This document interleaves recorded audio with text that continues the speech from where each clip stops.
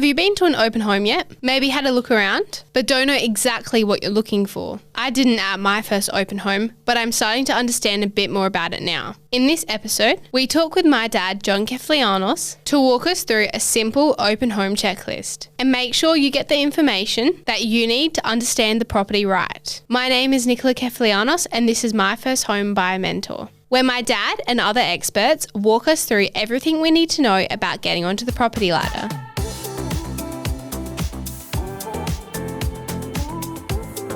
Dad, can you walk us through this open home checklist? Yeah, sure, Nick. Let's get into it. Got a few things here we can get through and some tips on what to look for when you're going through a property. Now, this isn't instead of a building inspection. This is just a few things that you should look for when going through an open home to see if there's any issues from the outset. So the first thing I would do is look for any cracks in the house, any movement that you can see, and take photos of that. So walk through the house, look for any cracks, movements, and just make sure that it is structurally sound from what you can see visually. I'd also walk through the house and check some doors and check the door jams, make sure the doors don't jam up. Because if they are jamming up, it means the house has got movement, which is something that will need to be fixed. So walk through the house, check the door seals, make sure they're closing, they're opening, and make notes of that as well. Yeah, what else would I have to do? I would also say check the taps in the house. So turn on the tap in the bathroom, turn on the tap in the sink, in the kitchen. Make sure the water flow and the water pressure is good. Make sure the taps actually work. Make sure the water's coming through clean and there's not damaged pipes. Would I also need to check whether the hot water works? Yeah, that's a good one, Nicola. I would probably say definitely yes. So put the hot water on, make sure the hot water is working in the house. So what if I turn on the hot water and it doesn't actually work? What do I do then? You'd want to question the real estate agent as to why it's not working. It could be that gas has been switched off from the mains and it's not working, or it could be that power's not on the hot water system. So there might be a reason for that, but it's one thing you need to make sure that there is hot water working at that house. And if it's not, and no one can explain why it's not working, you might need to factor that into your offer and maybe get it covered off in the building inspection. So other things to look for in the house are stains. So if it's a house with floorboards, you want to make sure the floorboards are in good condition, they haven't got stains on them. Same as the carpets, if they're in good condition, make sure there's no stains on them. Otherwise, you will probably either try to wash them, get them cleaned, or have to replace them. So just have a look at visually what is affected and what you might need to replace and what you can keep as well. So try to look through the cosmetic issues. So let's just say the paint job is very average and it's a colour that you don't like. Don't let that hold you back from making an offer on that property, because that's something that you can fix and repaint the house and make it look fresh again. Another tip, Nicola, is open the cupboard under the sinks and see if there's any leaks under the sink. So that could be in the bathroom and also the kitchen. And see if it smells of dampness underneath those sinks, because if it does, it means there might be an issue there. So what does it smell like? Well, in a way, dampness probably smells like having a wet towel that's sat there for a while that you haven't hung out to the line. So what happens if it does smell like that? What do I do then? It's something that you probably want to investigate further. So if you are serious about this property, you want to get a building inspection and make sure you understand the reasons for that and ask the building inspector to look into that further for you. So to expand on it a little bit more, what it could mean is there could be a leak in that sink, in the pipe underneath that sink, leaking down into the cabinetry. Even look for swelling in the cabinetry, because if there's a water leak, the cabinetry would have swelled up. Yeah. So even just any signs of that as well, probably important.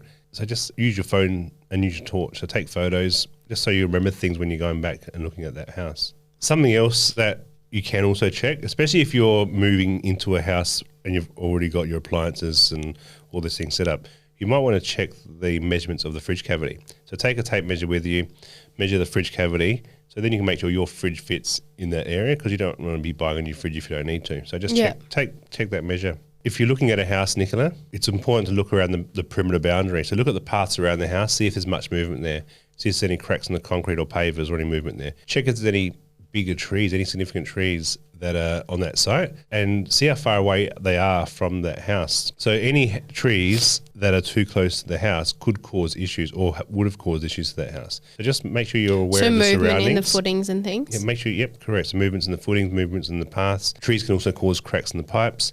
So just make sure you're aware of the surroundings of that property, what trees are around that area, because there are quite tight restrictions around what trees you can cut down these days. So what's the difference between a tree that looks nice and then a tree that I'm not happy with? So a tree, like a gum tree, for example, has root systems that can cause damage. So if it's a big gum tree and let's say you can't put your arms around this trunk, that's quite a significant tree. That tree would affect the footings and the foundations of that house, and also the perimeter paths too. So if it's a big tree, like a gum tree, they also make a lot of mess. So just make sure you're aware of the consequences of buying a house with a big tree close by. So the other thing you can do whilst you're walking through the house is just check the light switches work, check that appliances work. So you might turn the air conditioner on, or if the air conditioner's not already on, ask the real estate if you can put the air conditioner on and make sure it works. Yeah. Check for the oven, just make sure the oven works, just little things like that. So to make sure the appliances are working, because that's your responsibility. So when you buy that house, if you buy a house with the oven not working, you're going to have to replace that liable. now. It's not the owner's problem, it's your problem because you've bought that house and you've inspected that house. Again, the builder's report is important and they should hopefully cover off on some of those items, but some building inspections don't cover off on those things. It's important that you do that research yourself. So doing these little things isn't that hard, and it's no real skill required. So you can just turn the light switch on, you can open the doors and close the doors, make sure they're not jamming up. You can open the sink, open the cupboard under the sink, check for any dampness or any swelling in the cabinetry. So these are all simple things that you can check. Even the drawers in the kitchen, make sure all those drawers slide open and close nice and smooth. Make sure they're all working. Yeah. Little things like that are very important. Little things that, because if you don't check them, they become your responsibility. They can cost you a lot of money later on. So my biggest takeaway from walking through an open inspection would be make sure you have a few things with you, tape measure, your phone, and the confidence to go talk to the agent, ask them questions. Why isn't the aircon working?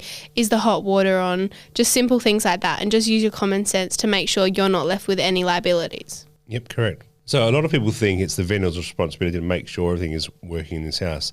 If you're buying a house that's not brand new, it's not their responsibility. You're buying that house as you're seeing it. Yeah. So it's not the vendor's responsibility to make sure that the cupboards are opening and closing, the doors are opening and closing. Everything's working. Right. So it's your responsibility to make sure all those things are to your satisfactory if you want to go ahead and buy that property. If they're not done, that's fine. You just got to be aware that you've got to fix those things. Well, thanks, Dad. This seems like pretty simple steps to make sure that you're not left with any major expenses when buying your first home. So the good thing about this is that there's no actual skill to it. You just got to use your common sense and not just walk around the property, but actually do the things that we've said. Correct, yeah. I hope you guys have enjoyed this episode and it makes the next open home you go to a lot more easier. And if you have any questions, chuck them in the comments down below on YouTube. And if you're listening on iTunes or Spotify, chuck us a follow. I'm Nicola Kefalianos and I'll see you next episode.